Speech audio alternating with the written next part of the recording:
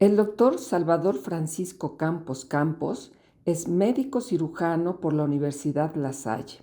Tiene la especialidad en cirugía general en el Hospital de Especialidades del Centro Médico Nacional La Raza del Instituto Mexicano del Seguro Social.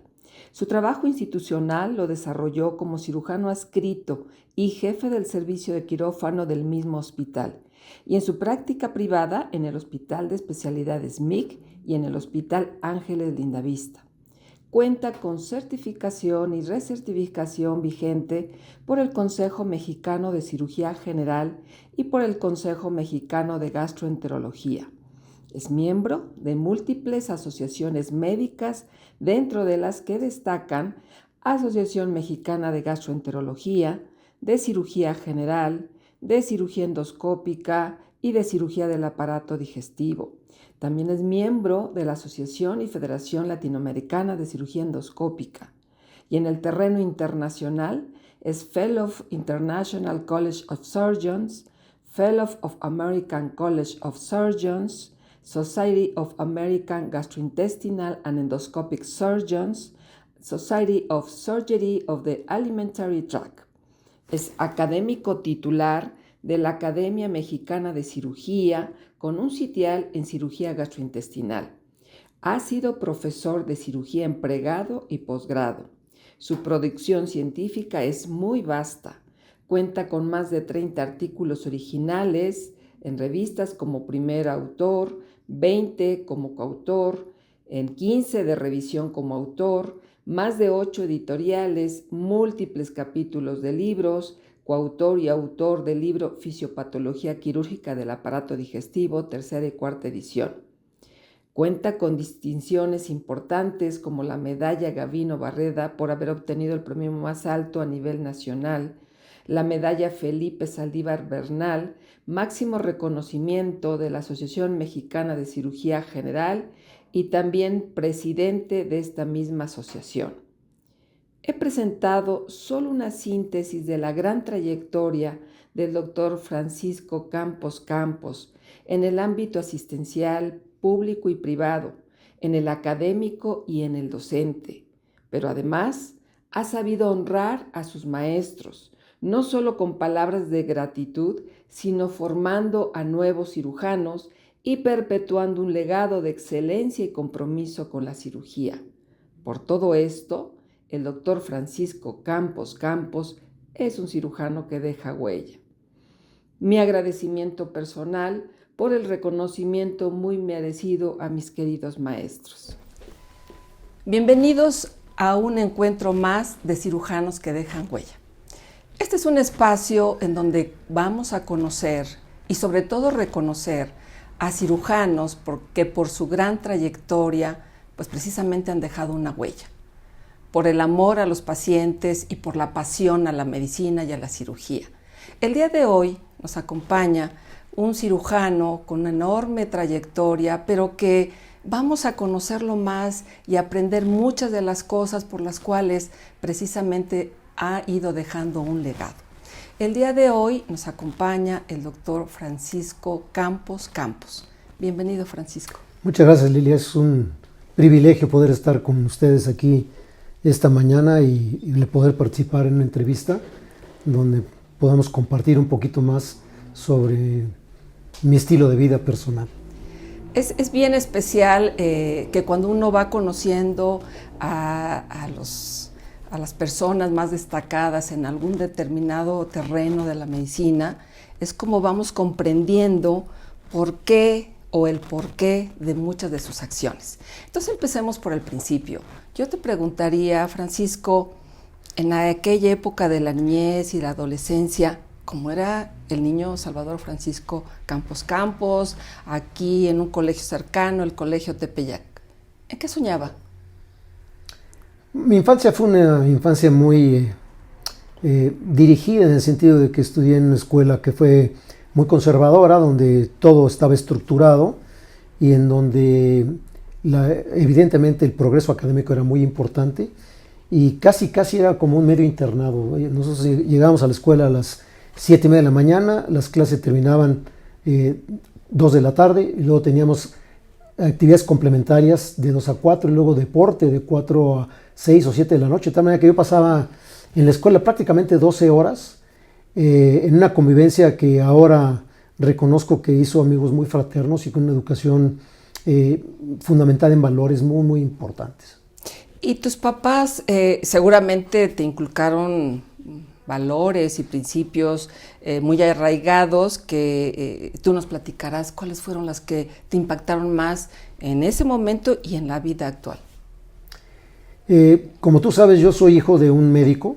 Mi padre fue también un cirujano como yo, y los cirujanos de entonces eran cirujanos que, bueno, como hoy, trabajaban todo el día, toda la noche, fines de semana. La ausencia física de mi padre en casa pues era común por su trabajo, pero eso nos dio un gran ejemplo de la tenacidad, de la disciplina, del valor del trabajo, de la honestidad, de el ir avanzando, el capacitarse y cada vez ser mejor. Y siempre fue un gran padre, un hombre muy responsable con su familia. Mi madre jugó el rol de la cabeza de la familia, quien se encargó de educar, de aglutinar a la familia, de estar siempre pendiente de nosotros. Y realmente crecimos en una familia pues muy estructurada, muy normal, pero que pues, nos permitió también justamente adquirir los valores familiares, ¿no? En la familia fueron 5 hermanos, tú eres la parte intermedia. ¿Eran muy diferentes? ¿Eran parecidos? ¿Qué situación tú tenías con 4 hermanos más? Sí, bueno, mi madre decía que los hijos son como los dedos de una mano, ¿no? 5. Todos están con la mano, pero todos son diferentes. Y sí, todos exactamente somos diferentes. A mí me correspondió ser el tercer hijo de los 5. Mis 2 hermanos mayores son gemelos, de tal manera que yo fui la segunda gestación de mi madre. Y aún mis hermanos gemelos son muy diferentes en su carácter, en su forma de ser, en sus gustos. Y los 2 menores, una hermana y un varón más chico, somos 4 hombres y una mujer. Todos muy distintos, todos nos dedicamos a cosas muy diferentes, pero todos fuimos educados en el mismo sistema familiar de valores rígidos.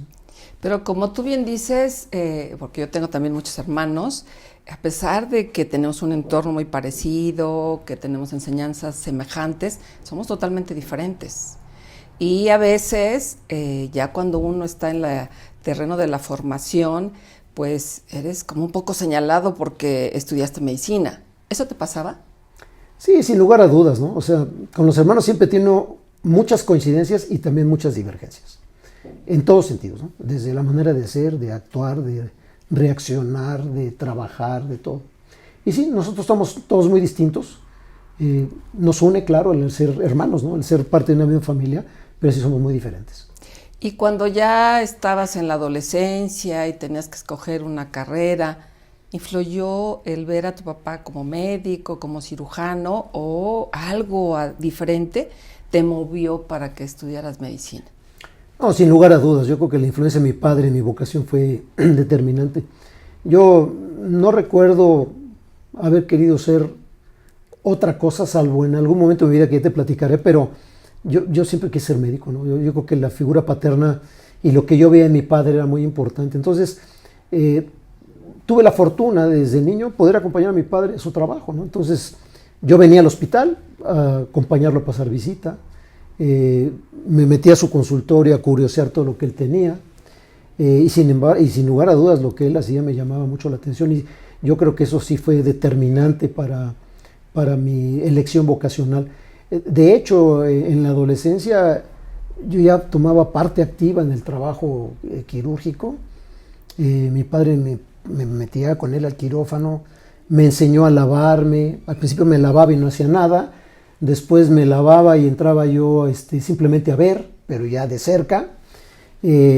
Poco a poco fui tomando roles activos en el equipo quirúrgico, de tal manera que cuando estaba ya en la preparatoria yo ya podía instrumentar una operación y hacer suturas, cosas que poco a poco me fui enseñando y yo fui aprendiendo a hacer.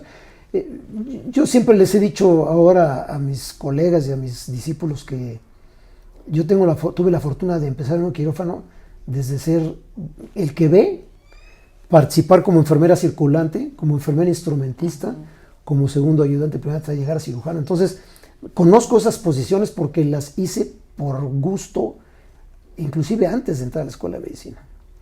Y cosas que yo disfrutaba. Mis vacaciones, por ejemplo, yo venía con mi padre al quirófano y podía pasarme todos los días acá.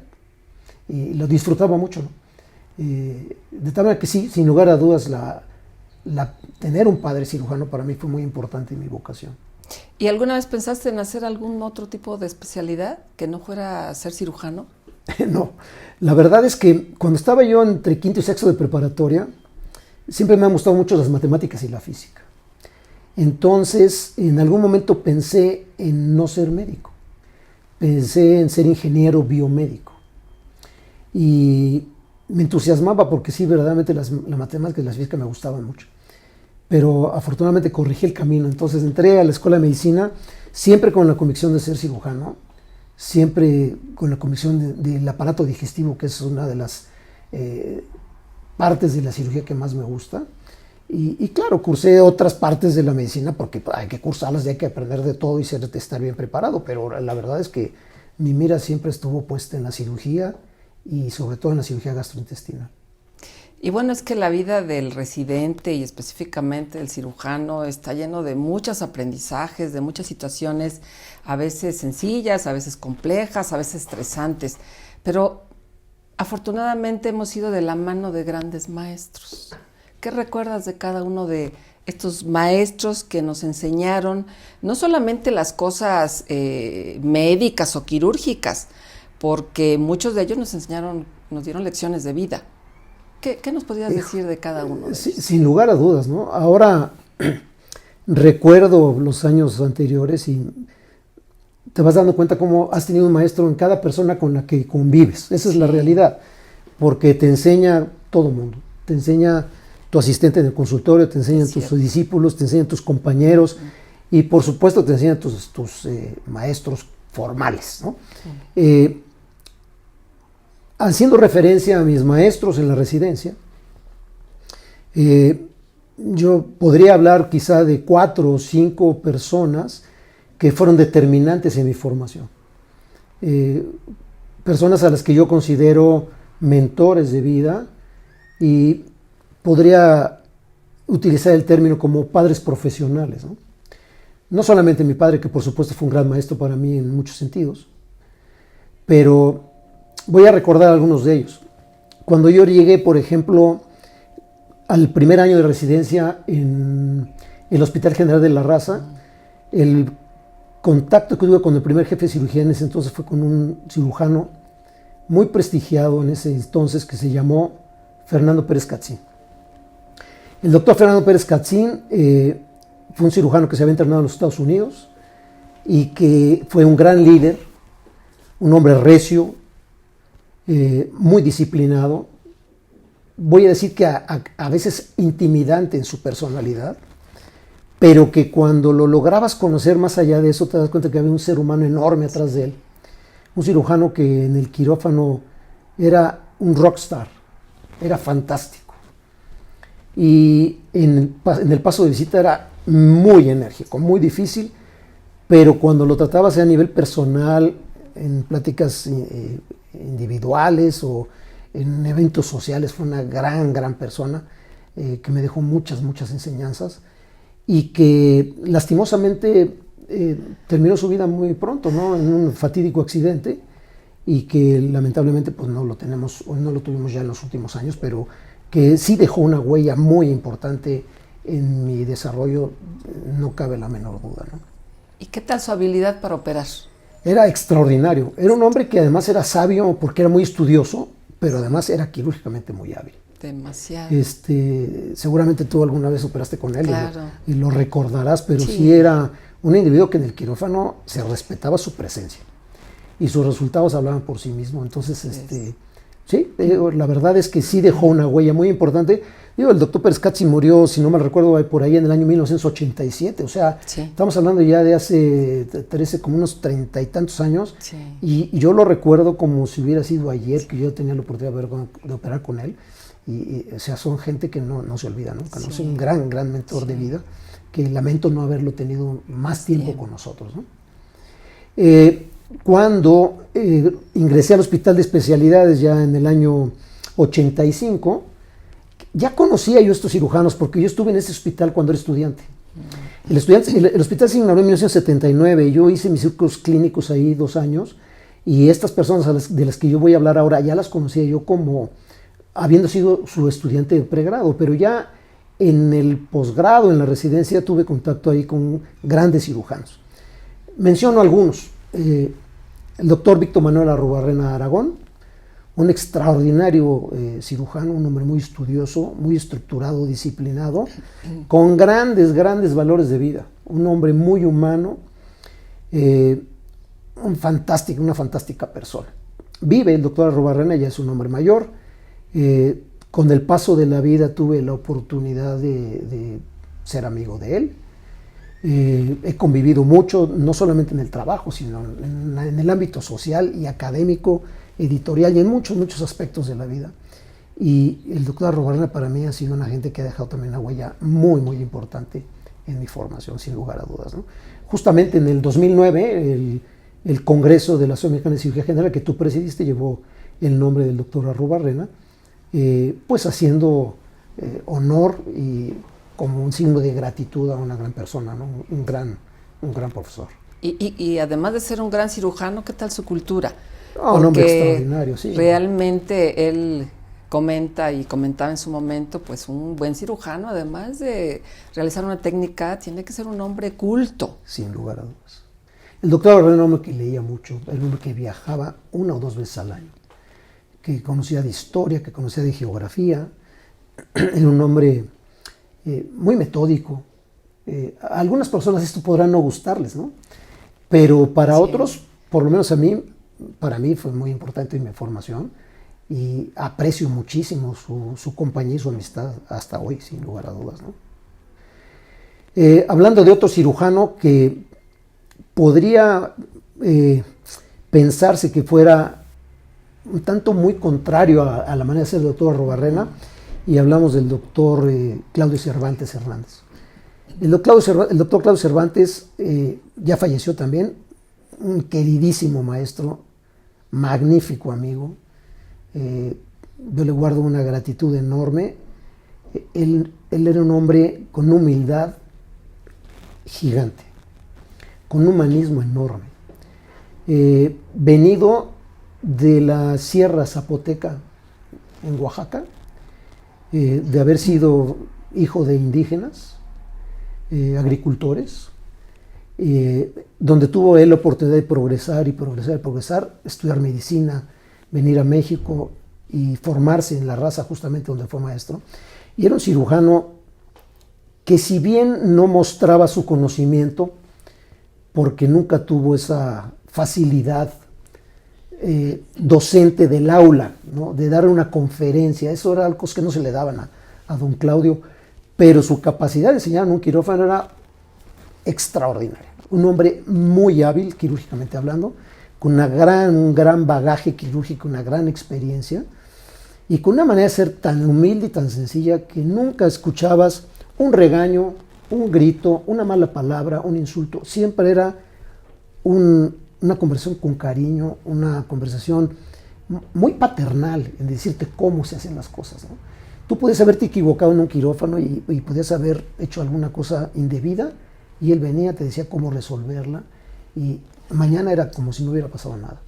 Un hombre fantástico, realmente lo recuerdo hasta hoy, le guardo una gratitud enorme.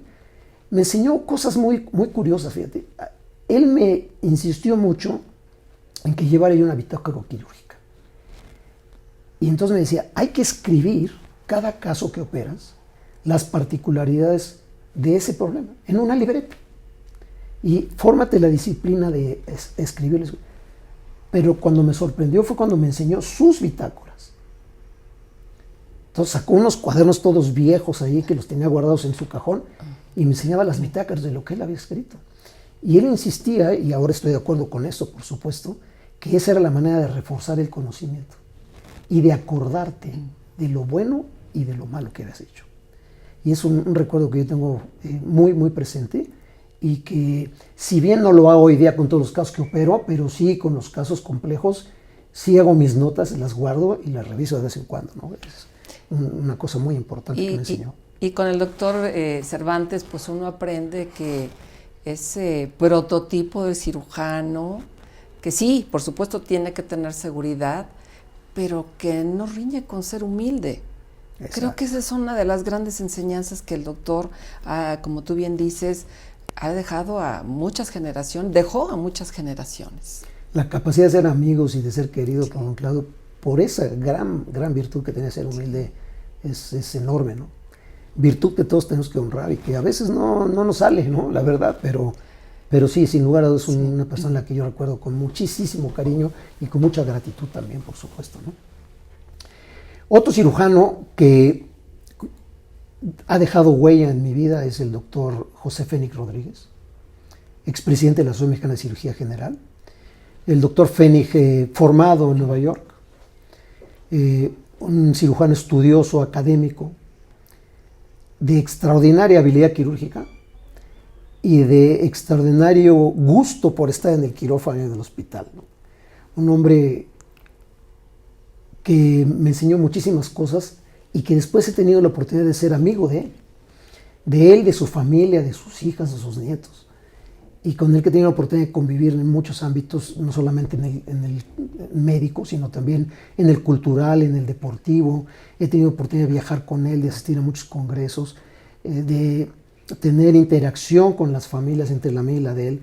Nos hicimos buenos amigos y es una gente que deja una huella muy importante en mi vida. Una de las enseñanzas, además de las médicas y quirúrgicas del doctor Fénix, es la capacidad de hacer amigos.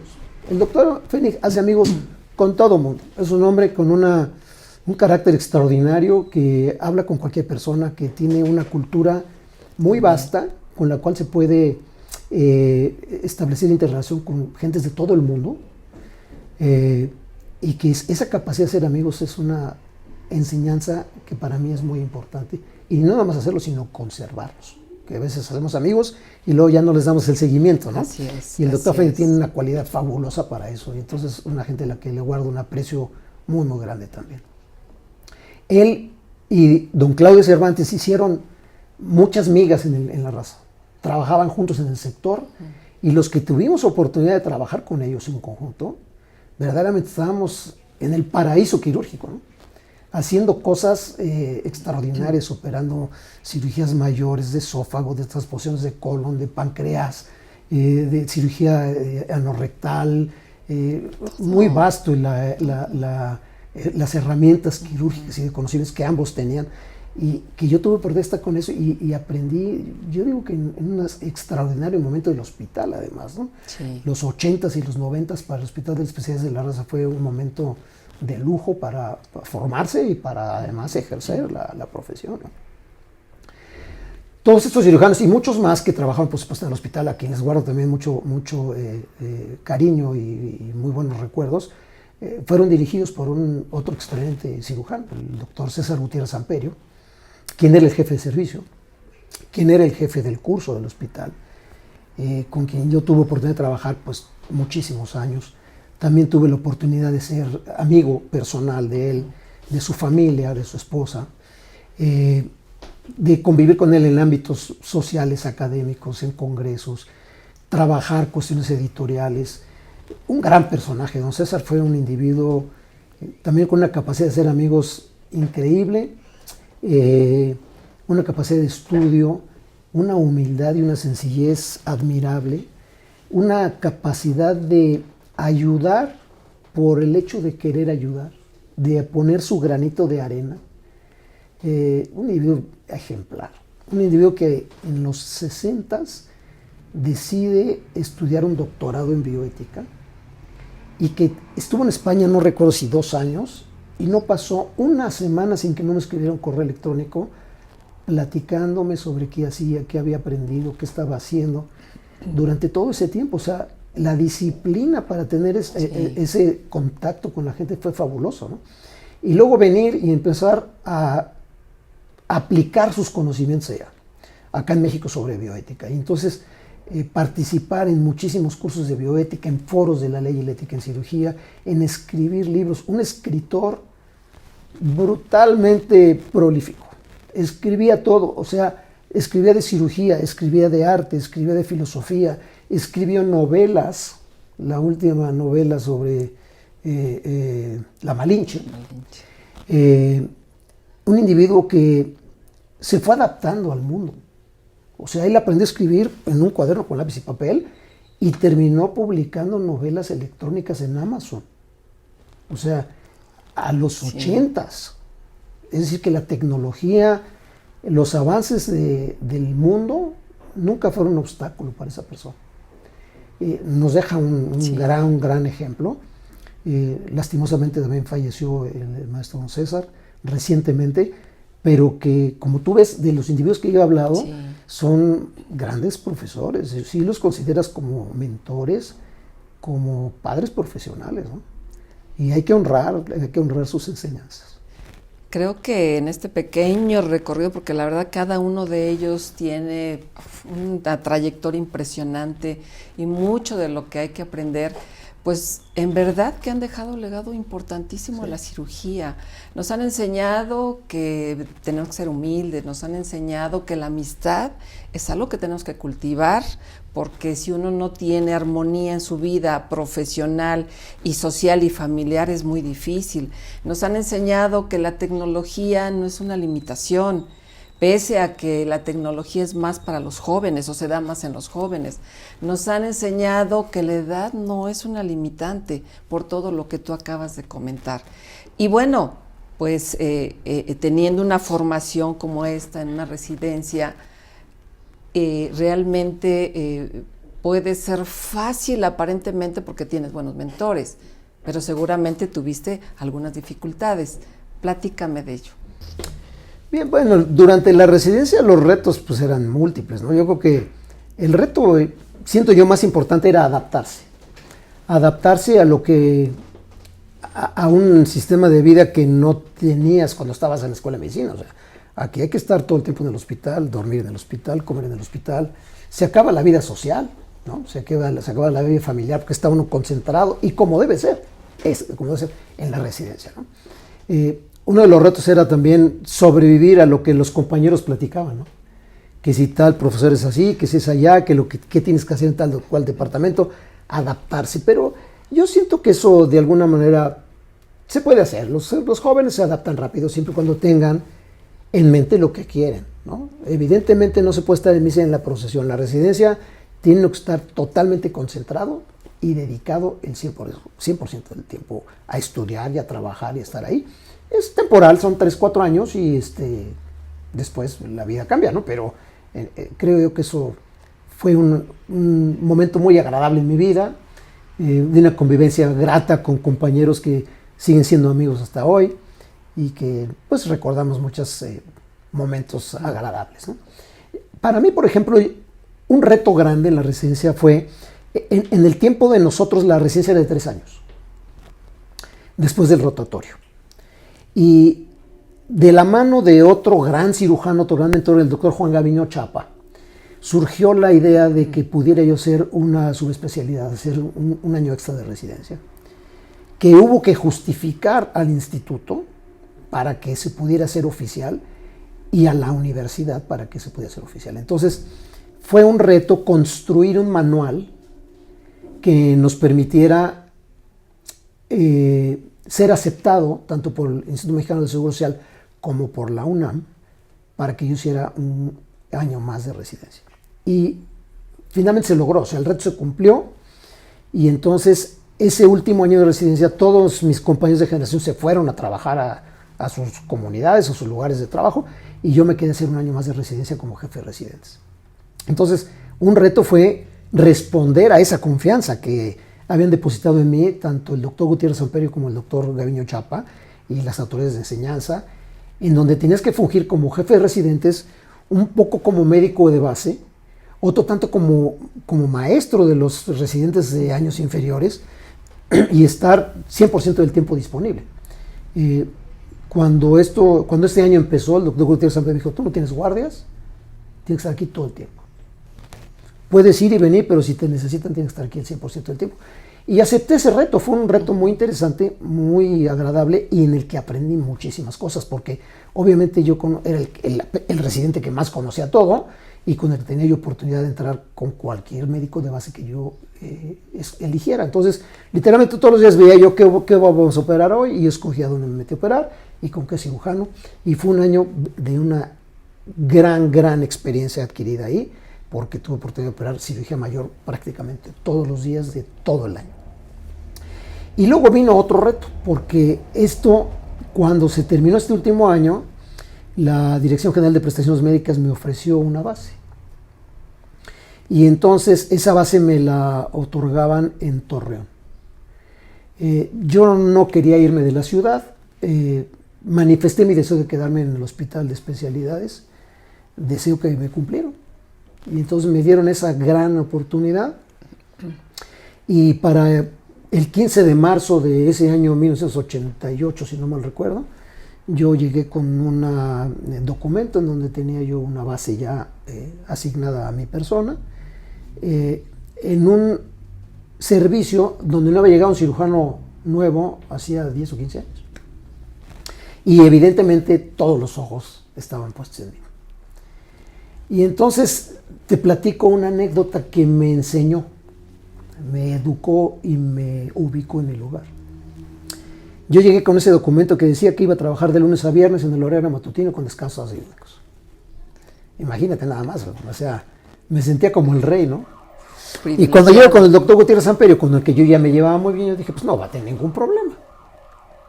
Y claro, no tuve ningún problema, pero tuve que disciplinarme. Me dijo, no, de ninguna manera. Tú vas a trabajar por las tardes y vas a descansar entre semana, porque así lo necesito por un lado. Pero, me dijo, aquí viene la enseñanza. No puedo yo ponerte en un lugar de privilegio cuando aquí hay otros 15 cirujanos que están esperando tu turno. Y lo primero que vas a hacer es ponértelos en tu contra. Dice, es mi obligación como tu profesor protegerte para no ponerte en contra de todos que a partir de este momento ya no son tus maestros, son tus compañeros de trabajo. Una gran lección, ¿no? Sí, por supuesto. Una gran lección y yo dije, tiene razón. Y así fue como yo empecé a trabajar en las tardes. Mi compañero de trabajo era otro que fue un gran cirujano, Ernesto Alonso Ayala López, un magnífico cirujano también, lamentablemente falleció, que después fue un gran amigo para mí, fue un gran maestro en muchos sentidos, un mentor, una gran compañía, me enseñó muchas cosas. Y ahí empecé a trabajar con él. Y el siguiente reto fue el asumir que ahora sí yo soy el responsable de lo que estoy decidiendo. Porque hacer las cosas, la cirugía, pues aprendes, las habilidades manuales se aprenden, pero la toma de decisiones de a quién sí, a quién no, cuándo, cómo, qué prescribes, eso se lleva mucho tiempo más para aprender. Entonces asumir que ahora yo soy el responsable de tomar decisiones en pacientes de alta complejidad quirúrgica como los que se atienden en el hospital, no era fácil. Y además, de nuevo te digo, estaba en los ojos de muchas personas. Como tú sabes, en la vida tienes amigos y tienes otros que no son tanto, ¿no? Entonces, sí, no fue fácil ese reto, pero poco a poco con ayuda, con la cercanía con mis maestros, estableciendo unas buenas relaciones profesionales, siendo humilde y acatando lo que te van enseñando, los consejos que te van dando, pues evidentemente fui creciendo y me fui consolidando, fui adquiriendo experiencia y pues bueno, ya la vida caminó de otra forma, ¿no?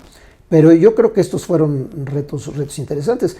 Unos años después tuve otro reto grande también, fue cuando el cirujano que estaba adscrito a la terapia intensiva no se ocupaba de sus cosas correctamente.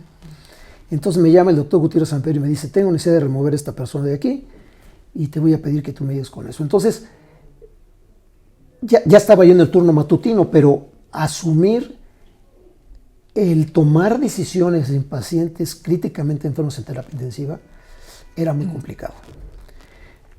En muchos sentidos. Primero porque el entorno era un entorno adverso. Había una animadversión entre los intensivistas y los cirujanos. Entonces uno decía opera, el otro decía no lo opero, y siempre había un pleito, y el que pagaba el pato siempre era el paciente. Y la otra cosa es que había que aprender a manejar pacientes pues, con abdomen abierto, con sepsis grave, pacientes muy enfermos. Entonces tomar decisiones no era sencillo. Y eso fue un reto grande. La manera como yo lo resolví fue sumándome a los intensivistas. Y entonces empecé a pasar visita todos los días con ellos, a asistir a sus sesiones, a asistir a sus cursos, lo que evidentemente pues, me fue enseñando muchas cosas y me fue siendo amigo de ellos. Fui entendiendo su pensamiento y les fui mostrando el pensamiento del especialista en cirugía.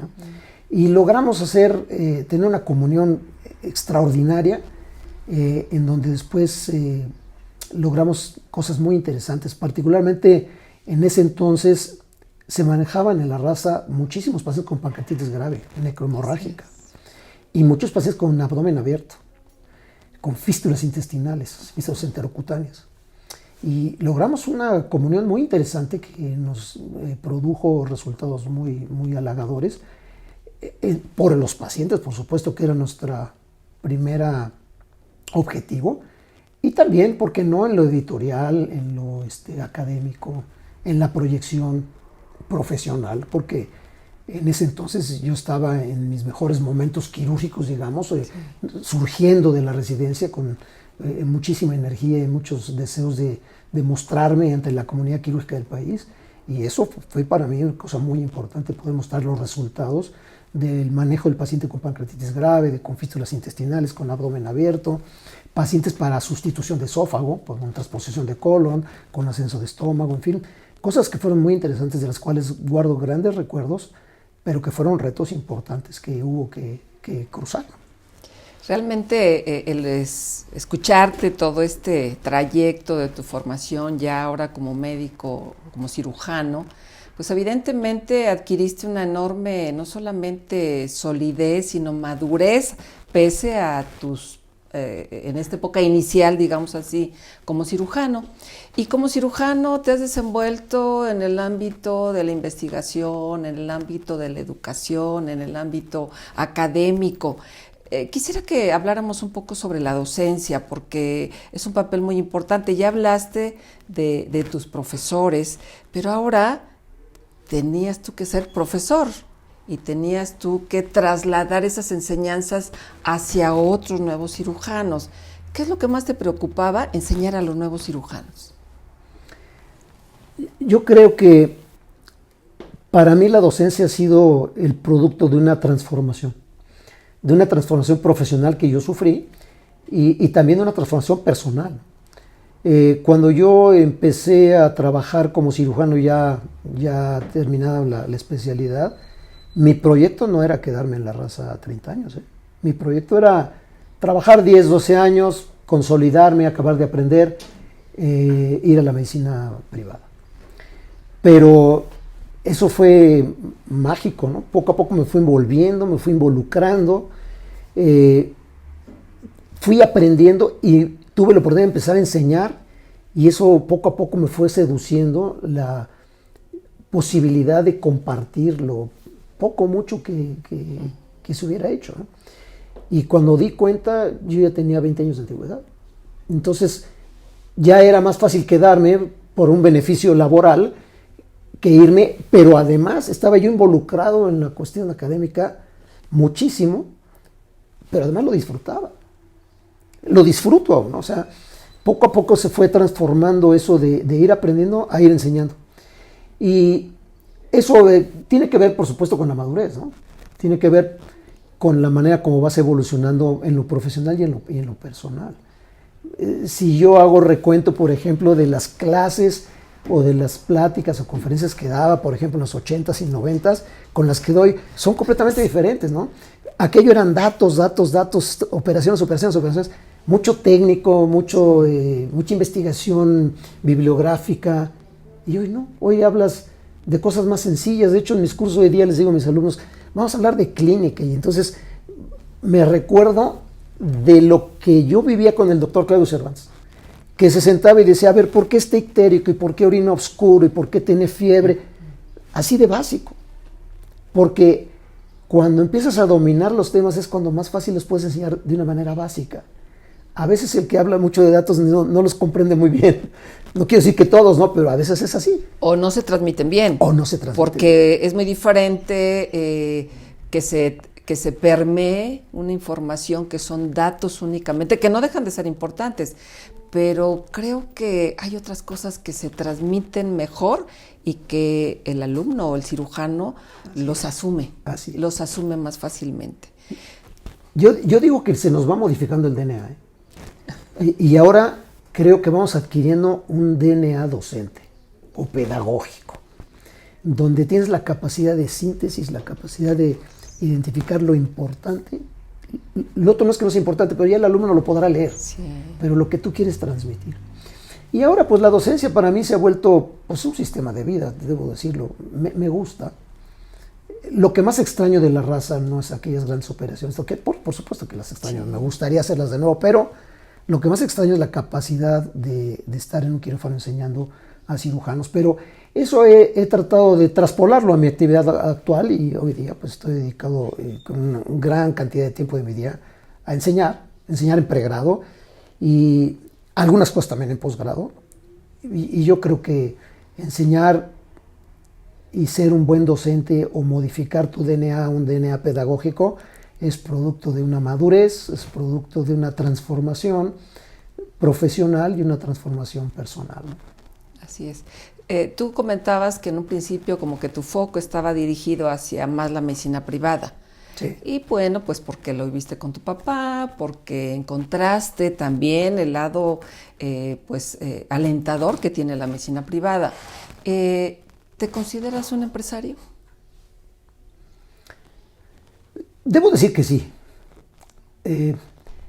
Es curioso, mira, por ejemplo, mi padre, él se formó en el Hospital Juárez y toda la vida ejerció la medicina privada. De tal manera que yo, en las enseñanzas que adquirí en mi casa, pues la medicina privada era lo único, ¿no? Cuando yo escogí un camino diferente al de mi padre y me fui a una medicina institucional, también lo hice por retarme a mí mismo. Dije, tienes que poder por ti mismo, ¿no? Y me di cuenta de la riqueza gigante que tiene la medicina institucional, es bellísima, y la capacidad de dar y de tener un aporte a la sociedad es fantástica, y creo que nunca me voy a arrepentir de haber trabajado tantos años en la raza, y creo que eso ha sido fantástico, ¿no? Pero claro, los médicos al final somos empresarios, o sea, al final del camino vivimos de esto y necesitamos tener ingresos para poder vivir y vivir bien. Lastimosamente, lo que pagan las instituciones públicas hoy día no te permiten tener un nivel de vida como el que muchos queremos. Y sí, he tenido que incursionar en la medicina privada y la he cultivado desde siempre, o sea, a la par de la medicina institucional. Y sí, yo creo que somos unos empresarios, porque al final del camino pues tienes una interacción comercial. Se oye un poquito burdo y feo decirlo, porque en la medicina el factor humano es lo más importante, pero al final del camino pues sí somos empresarios, porque cobramos honorarios y porque tienes que tener una infraestructura para que eso funcione. No se da de la noche a la mañana y solito, ¿no? Bueno, es que tú tocas un punto muy importante, porque no se trata de ser mercantilistas, claro, ni de abusar del paciente, ni de engañarlo para tener ingresos. No. Tocaste un punto muy importante, que es tener una infraestructura, claro, una organización, que muchas veces los médicos o los cirujanos como que no lo asumimos, pero que finalmente lo tenemos que tener si tenemos una práctica privada. Y que esto no es de, pues yo pongo mi consultorio, cobro mis consultas, no, eso requiere de algo más.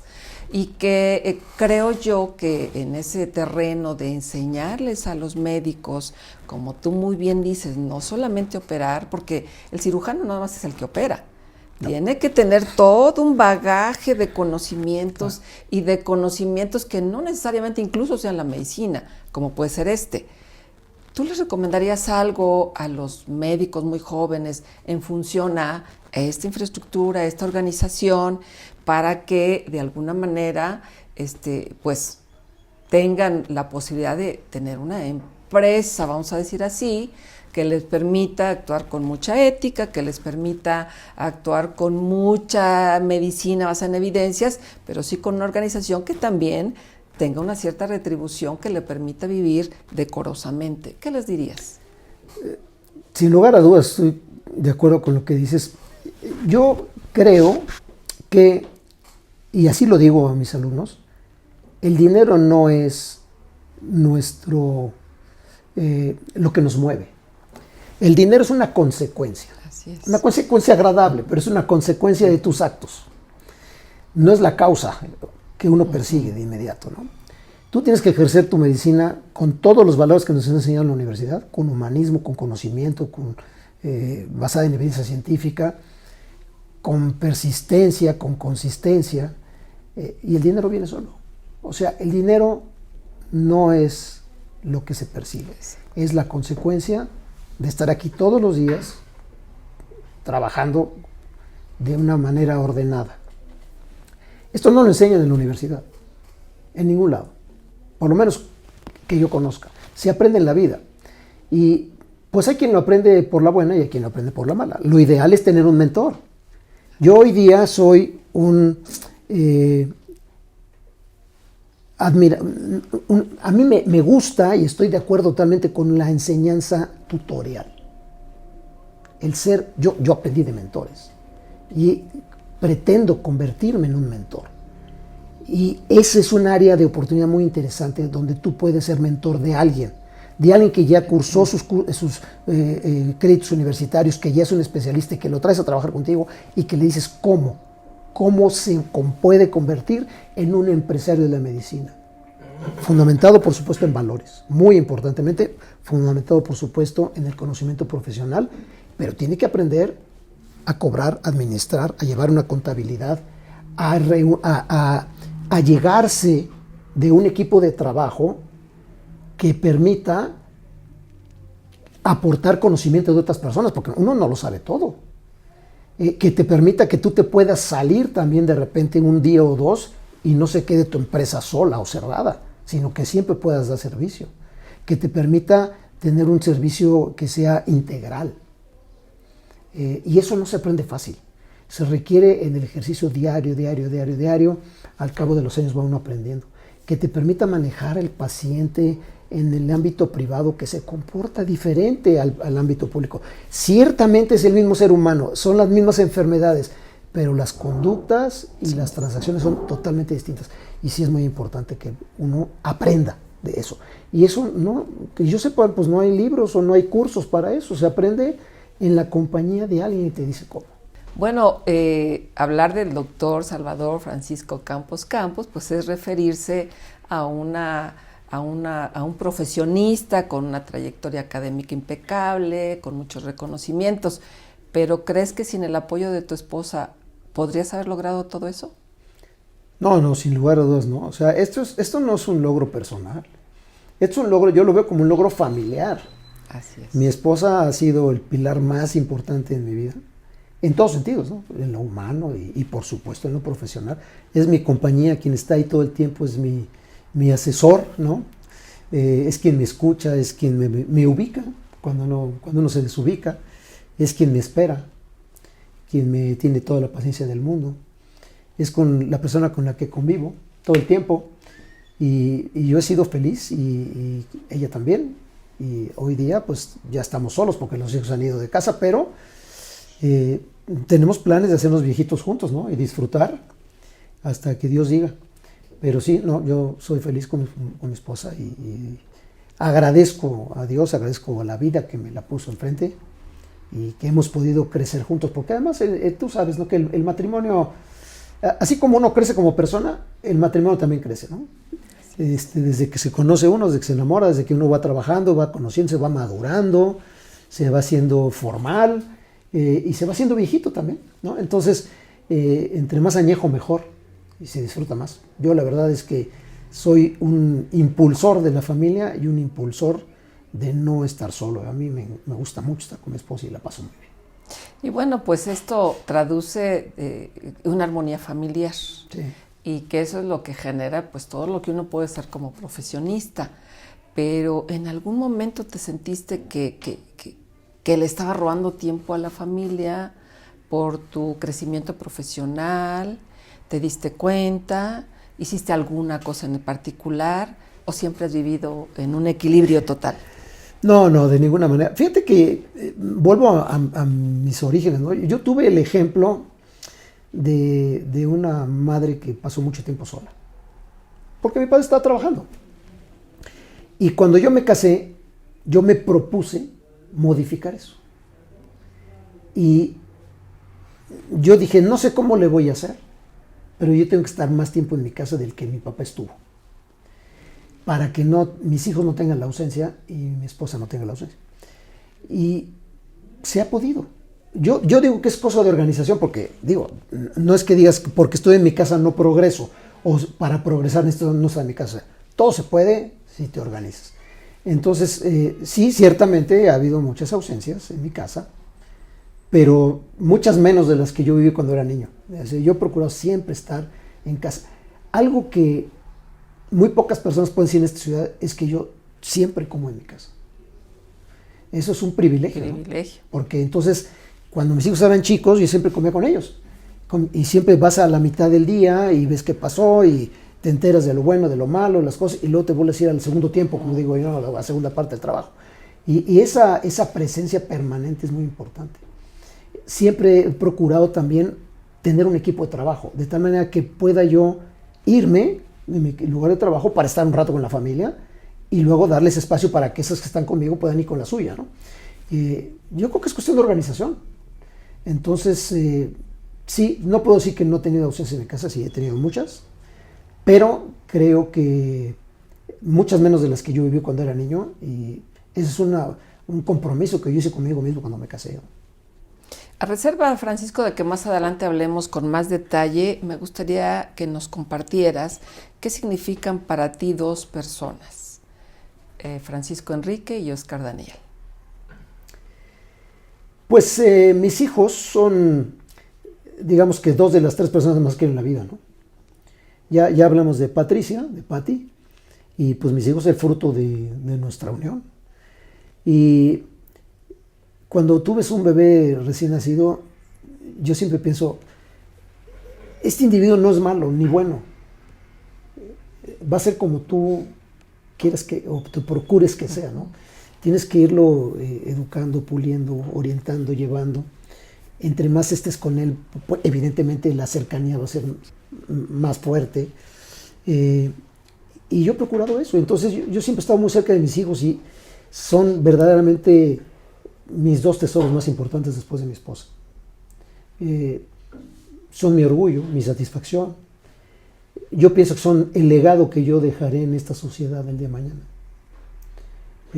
Digo, uno es pasajero, ¿no? La vida pasa, el día de mañana no estaré yo acá, pero mis hijos son de legado porque les he inculcado pues todos mis pensamientos, ¿no? Les he inculcado la familia, les he inculcado el humanismo, les he inculcado los valores, la disciplina, el trabajo, el hecho de tener que estar juntos, todas las cosas de las que hemos hablado, y para mí pues son dos personajes extraordinarios, ¿no?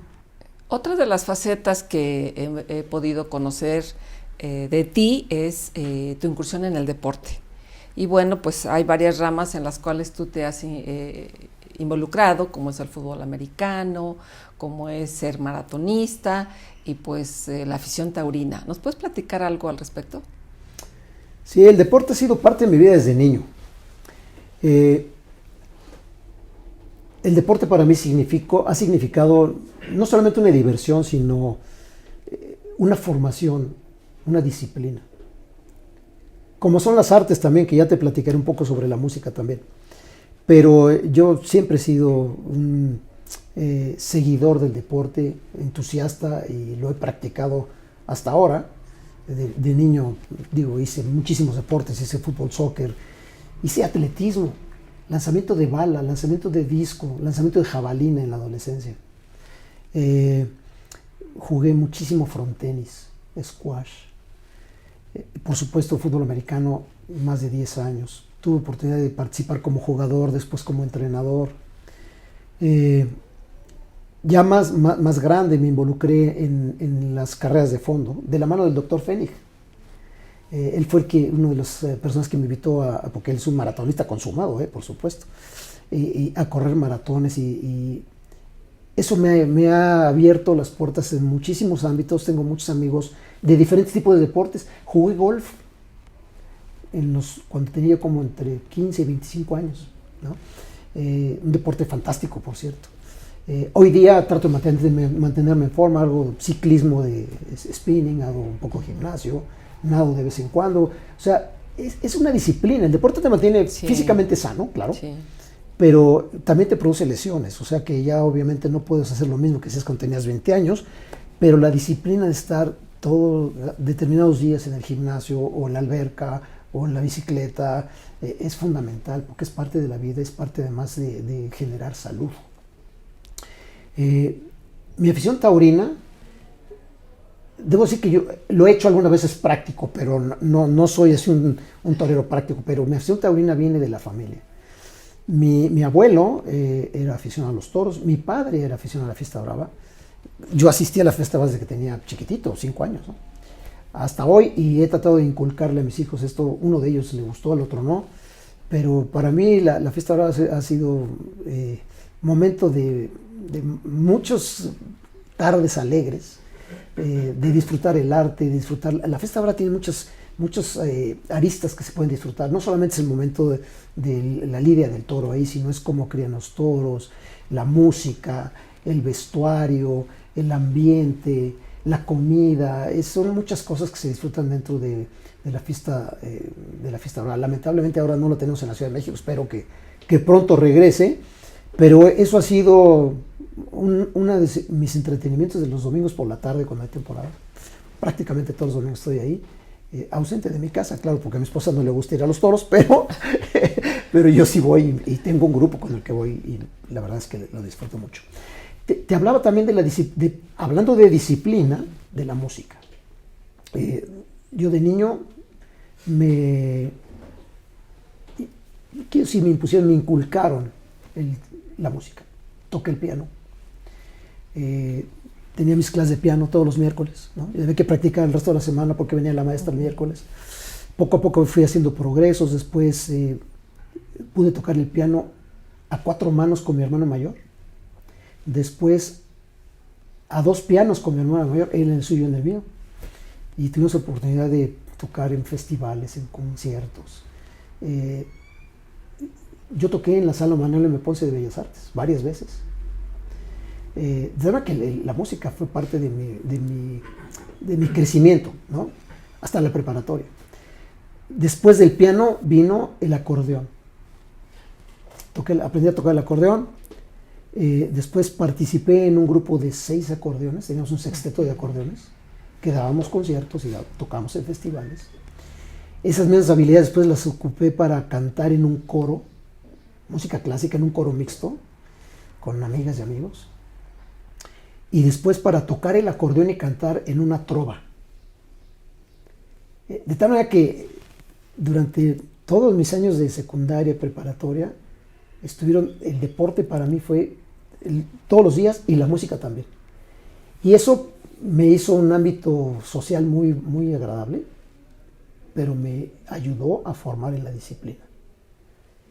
Y llegó la escuela de medicina y se acabó.